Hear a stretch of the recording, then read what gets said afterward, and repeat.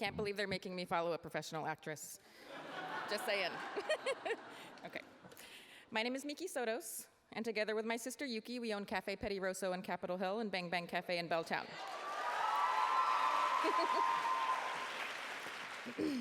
It has been 13 years since my abortion.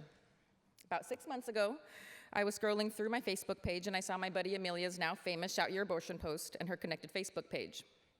I thought to myself, good for her, and decided to support her little project by posting about my experience. Turns out, Shout Your Abortion was to have a much larger impact than anybody expected. The period of time in which I had my abortion was a difficult time in my life. I was 27 years old and had just spent the last year caretaking for my mother. She died of cancer in my arms 6 days before I found out I was pregnant. I was doing drugs on a regular basis, and the father was my dealer. The year before my abortion, I'd spent the days taking care of my mother, going to the hospital for chemo, doctor's appointments, and everything else that goes along with being a caretaker, and the nights bartending and trying to hide my habit. My abortion was the first empowering life choice that I had made for a very long time.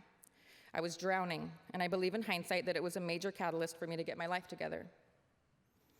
I called my doctor the day after I found out I was pregnant, and the receptionist told me congratulations. I thanked her politely, of course, and scheduled my consultation for my abortion. It was a weird conversation.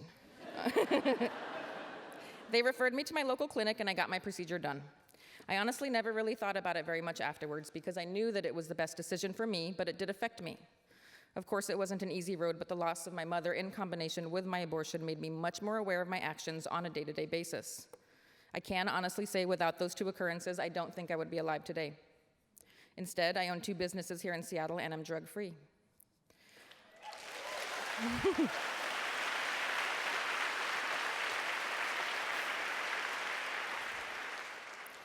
Shortly after Shout Your Abortion blew up, a friend of mine came up to me at my bar and thanked me for posting about my abortion experience. She proceeded to tell me about hers and told me that she had never spoken about it with anyone but the father. I realized at that point the necessity to not just talk about our experiences, but to actually shout them. I also realized how cathartic speaking about it had been for me. I actually have done a lot of healing about the death of my mother through talking about my abortion and that time in my life.